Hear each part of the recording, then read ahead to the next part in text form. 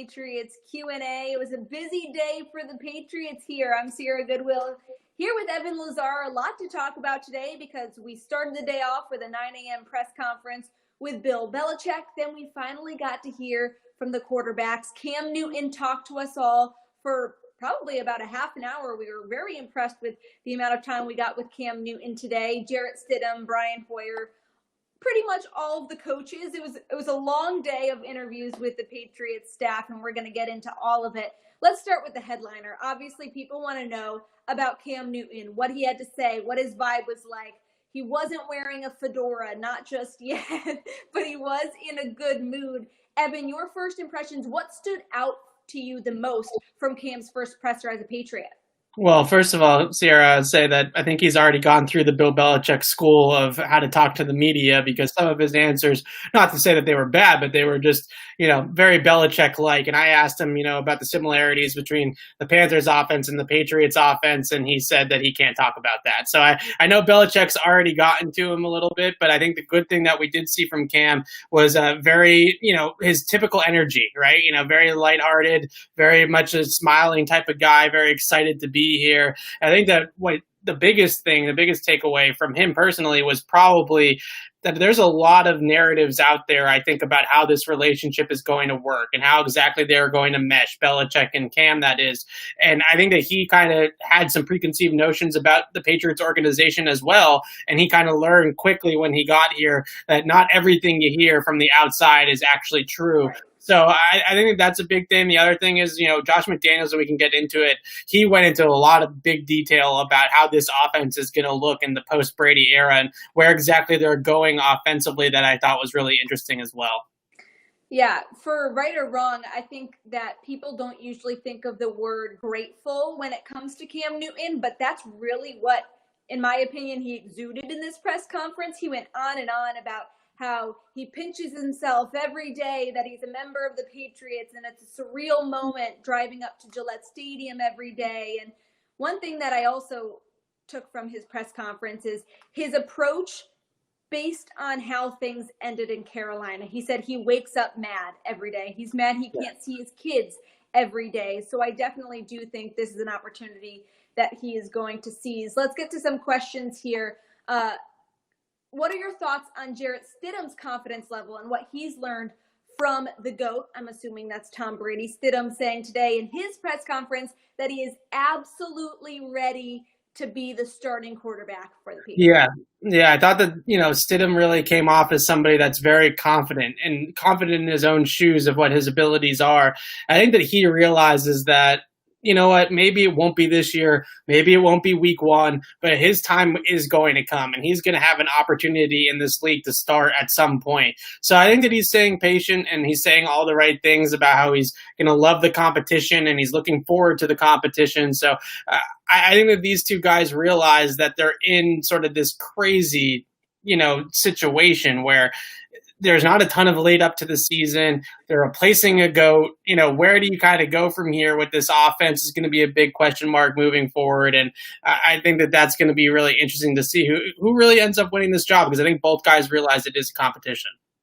Question here about what Stidham did say in his press conference, just that he's really looking forward to the competition between both Brian Hoyer and Cam Newton. He feels very confident in his ability to lead this team this season. Also mentioning that him and Cam have a bit of a history. When Cam Newton visited Auburn when Stidham was there, they went and grabbed lunch together. So a little bit of a familiar face, some camaraderie already between the two, which was interesting. Evan, any other big headlining comments today from the press conferences before we get into these nitty-gritty questions here? Yeah, I think the Josh McDaniels presser was probably the most telling from just a schematic standpoint of where we're going offensively. And I thought he gave a lot of really good answers. And the biggest one, I think, is that, he said, you don't throw out the entire scheme, right? You're not reinventing the wheel here. You're not going to have a whole entirely new playbook, but you got to adapt what you have to whoever is playing quarterback and whoever is under center. And he's asked directly about potentially having a mobile quarterback in the offense. And he mentioned Matt Castle, and he also mentioned his time away, his 3 years away from New England. And I think people remember the Broncos, when he was the head coach there, drafted Tim Tebow. And then he played with a season with Tim Tebow as his quarterback. So he does have some experience with kind of leaning on a quarterback that's a little bit more mobile, that's a little bit more agile and ability to kind of move the pocket and then also design quarterback runs as well. But I think the biggest takeaway that you had from him is that same thing with what Belichick said to us last week, Sierra. The winner of this job is going to be the one that executes the Patriots playbook the best, not the one that reinvents the wheel with the Patriots. And I don't think we're going to see as big of a change as maybe we thought. And I think that this offseason definitely plays a role in that. But I think that we maybe initially thought that we were going to see a completely new offense with Cam Newton. It does sound more like they're going to just add and adapt plays to this offense that they already have, that's already in place, and it's more about the quarterbacks conforming than the other way around. Absolutely. Well, let's get to a couple questions here in the chat. Were you in on the press conference with running backs coach Fears? Yeah, so I actually asked Ivan Fears, I think this question about Damian Harris, is that what we're getting at? Yes, that was actually my question to him. I jumped our old friend Alex Barth to ask him that one, and I thought that he gave an interesting answer. I asked him directly, what does Damian Harris need to do to get on the field in year 2? And he said, I'll tell you this, basically saying, I'm not going to tell you that, but I'll tell you this. And that is, that he needs to really, he's improved a ton already in the offseason, and he's a really good runner. And I think they really, truly believe that this is a really good running back already. And then last year, I think, was more just a confluence of veterans ahead of him on the depth chart, him being a rookie, and not necessarily an indictment on him as a player. And I think that's exactly what Fears was saying, that his time also will come. Absolutely. And we have a question here about the linebackers. We also talked to the linebackers coach, Josh Uche, Anthony Jennings. Do you think they can make an impact early? And your thoughts about that group as a whole now after talking to the coaches? Well, I think the biggest kind of takeaway I had, from talking about the rookies, right? Talking about the 2 tight ends, talking about Uche and Jennings, and even Duggar a little bit with Steve Belichick and I think Brian Belichick, excuse me. I think the biggest thing is that they don't really know right now how much these guys are going to be able to take on as rookies because they're not out there at practice quite yet. So everything right now is basic install. And I know it's a boring answer, but it's really true. For them to get on and say, I think that Uche is going to have a tough time getting on the field, or I think Uche is going to be a star. They really truly don't know that yet. So I think that we're still in a holding pattern to see just how much they're going to be able to play in their rookie seasons. I think they're optimistic, and I think this group as a whole, they're pretty optimistic. And Gerard Mayo said that, they're still extremely talented. Yeah, they don't have the guys that they had last year, but they're still really, really good in that spot, and they feel good about the guys that they do have. And we can't go a live Q&A without talking about Kyle Duggar. People always want to know your thoughts on whether or not he can be impactful right away. What do you think? I know, it's an exciting player because he's such a good athlete, right? That you just hope that they can find a way to get him on the field in some capacity. I think the biggest question that I have going into camp with Duggar is, what do they view him as? Do they view him more in the chug mold, playing in the box, guarding tight ends, playing in the slot, which is, based on his body type, makes sense, right? He's a rocked up guy, he's 6'2", 230. He does have sort of that box safety type of role on him, but we talked about this a lot, Sierra, this offseason since they drafted him. He played free safety in college, right? So in college, he's playing in the deep part of the field. Now in the NFL, he's probably going to transition to closer to the line of scrimmage. So really the question is how quickly can he make that transition? Or do they say, well, actually, without Deron Harmon in the mix, we actually really need him to play center field a little bit more than we are expecting, and maybe they actually lean on some of that college experience. The last thing I'll say, I think he's going to get an opportunity to return punts. I think he's going to get an opportunity to win that job in camp, going up against guys like Gunnar Olszewski. Obviously, Julian Edelman will factor in there a little bit too. But I think that Duggar has a really good chance of being the primary punt returner if he can prove that he's going to be safe with the football, right? That's the biggest thing, obviously. But they let Cyrus Jones do it right away. That was a disaster, obviously, and we hope it works out better this time. But I don't think that they would shy away from putting a rookie back there because Gunnar was back there, Cyrus Jones was back there. So it's really about him beating out the other guys at this point. Heard from the tight ends coach today as well, which is another exciting position because of the 2 young rookies, Devin Asiasi and Dalton Keene. Our friend Michael here asks, does your stat production guess change now for Asiasi? The tight ends coach made it seem like they will play a lot. Yeah, I don't think it changes much because I actually asked that question too. And I asked him, rookie tight ends in the NFL, like I've been talking about, it's a tough position to carve out a major role in your first year. I think the biggest thing that, Coach Cayley said was that, yeah, I agree that it is a position that we ask a lot out of those guys. And I remember last year speaking to Ben Watson and him saying, other than quarterback, tight end is the most demanding position on the Patriots roster because you got to be able to run block, you got to be able to pass block, and you got to be able to catch the ball.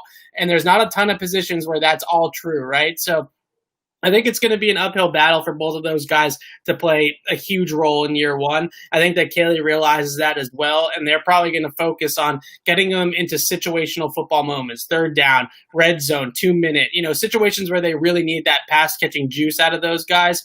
And we'll see what happens, with the tight end position. I think they are going to be adding a veteran here at some point. Our friend N'Keal Harry's back in the live chat. We're pretty confident it's not the real N'Keal Harry, but it's fun to play along. He's saying Mayo needs to come back and play linebacker. Well, we also heard from Jerod Mayo today where he was not able to commit to being the quote-unquote defensive coordinator and calling plays, but your thoughts on Jerod Mayo and his impact and role this season? Well, I think it's massive because speaking to the players last year, the biggest thing about Jerod Mayo is that he's literally been in their shoes before, right? And being able to tap into that experience, I think, is extremely helpful as a teacher, right? Because you understand why a player messed up. You understand where they went wrong or why they didn't go wrong, if they did something well, and how to teach it and how to get it to them, teach it in a different way that maybe a coach that's never played in the NFL might not understand or specifically played that position in the league too. So I think that that's the cool thing about Jerod Mayo is that he basically coaches like he's one of the players out there on the field with those guys. And I think they really appreciate that. And the play calling question was really a good one. And, Steve Belichick and Jerod Mayo were in the same room because they did linebackers together. And both of them got the question at the same time. And they both, pled the fifth on it. So we'll see what ends up happening with that. Last year, the rumors were that it was Steve. That was kind of the unconfirmed rumors circling around the locker room that he was the primary play caller. But at the end of the day, we also have to remember that Bill Belichick is always going to be in the ear, right? And he's always going to have some input as to what they call on defense. So it's definitely a team effort, even though that's a little bit of a cop-out. We have a question here about training camp and what we know so far about player performance at training camp. Well, Bill Belichick pretty much was, we're in phase one. We know nothing about these players. We've done a walkthrough. They did their first walkthrough, offense and defense, yesterday, where in Belichick's words, players played and coaches coached. So that's about all we know about training camp so far this season. Evan, is there anything you can deduce about the very little we know about these players so far? Yeah, right now it's really a strength and conditioning period for the Patriots. And yesterday, I think Belichick said was the first time they actually had offense versus defense in a walkthrough situation. So there really isn't much to take away quite yet in terms of performance or evaluation of who's ahead of who on their depth chart or anything like that. That's not going to start officially in Belichick's mind until August 17th when the pads go on. And that's, I think, the biggest difference between Belichick and sometimes the media is that we can get caught up in mini camps. We can get caught up in OTAs when there's no pads on. That's only mental, right? Those are all mental reps trying to get these guys to understand the basic fundamentals of the system.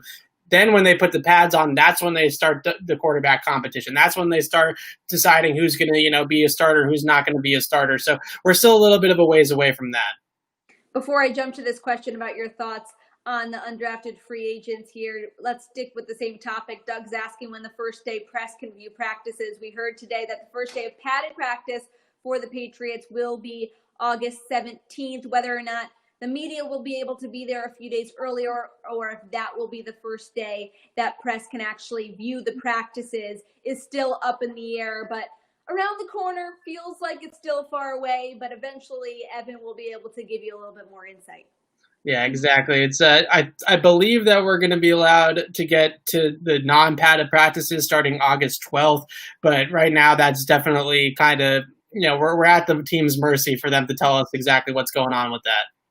So your thoughts, updated thoughts on the undrafted free agents now that they do have a couple more roster spots? Yeah, it's such a tough year for those guys. I love Jeff Thomas. I love J.J. Taylor. I love Bill Murray. I love the idea of all of these players. But looking at the Patriots roster, I really do think that they're going to lean on guys that have been here, because it's just impossible to expect one of those guys to really carve out a role for themselves with really no training camp and no preseason games. I think is the biggest one, because you don't get to see them actually out there in a game situation in live reps. Nowadays, Sierra, even at training camp, these are not truly live reps, right? We're not actually going out there and hitting people the same way that they used to 20 years ago, this kind of iteration of the CBA, right? So these are not truly live reps. The only true live reps NFL players get nowadays are in games. So without those, I think that that's a big sort of detriment on this UDFA class. I also think the expansion of the practice squad and also the ability to protect 4 players on the practice squad make it a really intriguing option. It's more of kind of like a farm system now this year than it has been in years past, where they have to be subjected through waivers and there's a lot of poaching off of practice squads by other teams. Right. Now I think there is going to be some free flowing up and down based off of injuries. Hopefully not, but potentially based off of positive COVID-19 tests, right?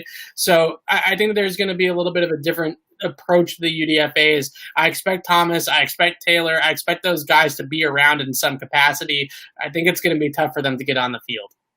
Belichick was asked this morning as well about whether or not he'd consider doing the quarterback in quarantine approach in case, there's extra injuries or COVID-19 cases. He was saying his classic answer, we're going to do whatever is best for the football team. Not saying yes or no to the idea. Charlie has a question for us on whether or not you think there will be more injuries this year. I'm guessing this is a question because of the limited time they've had together preseason, less preseason games, and how you think that'll affect players and their health. Well, I actually did speak to a few players about this, and they do feel like this little strength and conditioning period that we've had for the last, they have about a week and a half of it, right, is going to be enough to get the muscles loose. So, yeah, I think that there could be some more injuries in terms of, hamstrings and stuff like that, where you just kind of pull something or tweak something because your body's not used to moving at full speed. But I do think most of the players feel like there's enough of a run up here that they will kind of avoid a lot of those injuries. But listen, every year in camp, we see a guy go down with the bum hammy, or, he tweaks an ankle, or he pulls something in his quad or something like that. It happens every year, and I'm sure this year won't be any different. We'll get to a couple more questions here. Are any guys from other teams in the AFC East opting out at the rate Patriots players are? The opt-out date has come and gone. It was yesterday, the deadline at 4 p.m., so a total of 8 Patriots. No other team had that many players. Are you tuned into the opt-outs around the division? Well, the division actually has avoided most of these opt-outs for the most part. I think the biggest one not in New England is probably C.J. Mosley in New York. He opted out with the Jets, and that's kind of taking like their Dante Hightower out of that defense, right? So that's pretty impactful, I think, certainly after they traded Jamal Adams too. That's a pretty massive leadership loss to lose both of those guys in one offseason. But obviously the rest of the AFC East wasn't hit as hard as the Patriots. I think the second most opt-outs for a single team was 5. The Patriots were at 8. There were 69 total opt-outs throughout the entire league, which is a little bit more than the league was expecting, but not a ton. I think they were expecting 60, so 9 extra players. No one's pressing any alarms or anything like that in the league office right now. We have a question here from Cyril. It's known that Bill likes to treat the first couple of weeks as extra preseason games. We know the Patriots are never the team they're going to be in September. Should that be avoided because of how tough the first couple of games are and how it can impact the season ahead?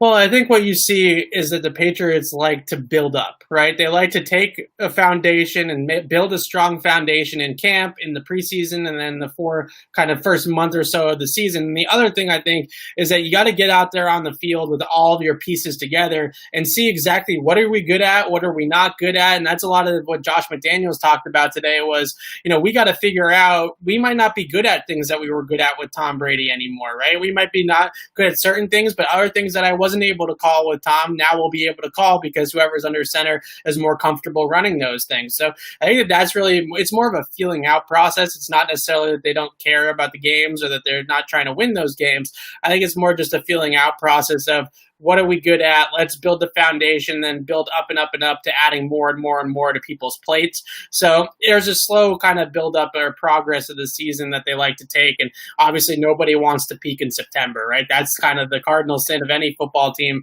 is to be the best that you possibly are in week one, and last year I think we kind of did see that a little bit. They came out against Pittsburgh and they were unbelievable on night one. We all thought that was going to sort of be, Josh Gordon, Philip Dorsett, both had huge games that night. That's where we thought we were heading for the rest of the year. And obviously the offense never really got back to that point. Right. And we have a question here about Brian Hoyer, who we also heard from today, who told us that his family bought a home in New England last November. They are making it their permanent home. So the question is, do you think Brian Hoyer can have a coaching role after retirement, since he said he will be staying here long term? I do, but I think Brian Hoyer is definitely capable of being a coach, right? If he wants to be a coach, he's definitely capable of it. But hearing what he had to say about how close he is with his family and how important family is to him, people got to remember that through basically August or July to the end of the season, these coaches live at the stadium, right? They work insane hours, way more than the players. A lot more is expected out of you in terms of commitment in that respect as a coach than it is as a player. So it really takes a certain type of guy to really want to do it. I think that's why, the Patriots obviously have Troy Brown, they have Gerard Mayo, they have guys that have come back, but you look across the league and there's not a ton of those guys. And I think a big reason why is because of that time commitment that it really takes to be a coach. I mean, during the season, they could be in there 18, 20 hours, and that's certainly a different animal than playing. We'll end this with this one final question. Would you put your money on Sony Michel being ready by the first padded practice? No, I really am a little bit concerned about this injury for Sony, because it did take them so long to decide to pull the surgery plug, right, and have him go under the knife. And that was in May. It sounded to me like it was about a 6 to 8 week injury, and then he's going to have to build up and rehab and build strength in his foot again and then get back up to game speed. I think there is an outside chance that he could start the year on the PUP list too, which would mean he'd be out for the first 6 weeks of the season. So that would really be a big thing for the Patriots if it goes that direction. I think that he does stay on PUP for a little while, and I would be a little bit concerned.